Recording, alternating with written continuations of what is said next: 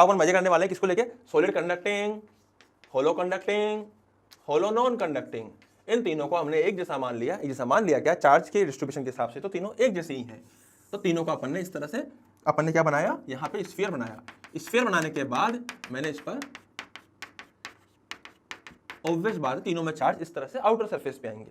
अब बेटा फटाफट से इसको अपन कर लेते हैं, जल्दी टाइम लगाएंगे। इसमें देखिए इसका खुद का रेडियस है r, ठीक है।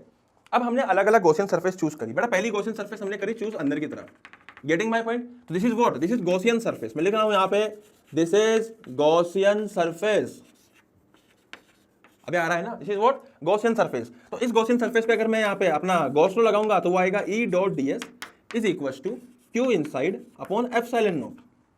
आई मेरी बात समझ में? बताइए इस अगर सारा चार्ज बाहर है तो इस गॉसियन सरफेस के अंदर क्या है?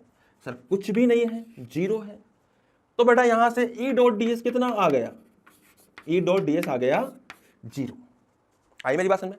अब बच्चे बोलते हैं sir E dot ds zero है तो E भी तो जीरो है। तो मेरी बात समझना, यहां पे बेटा E डॉट ds जीरो है।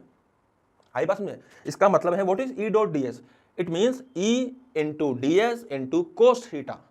या तो E जीरो या ds जीरो या कोस थीटा जीरो, कुछ भी जीरो हो सकता है, जरूरी नहीं है कि E ही जीरो हो।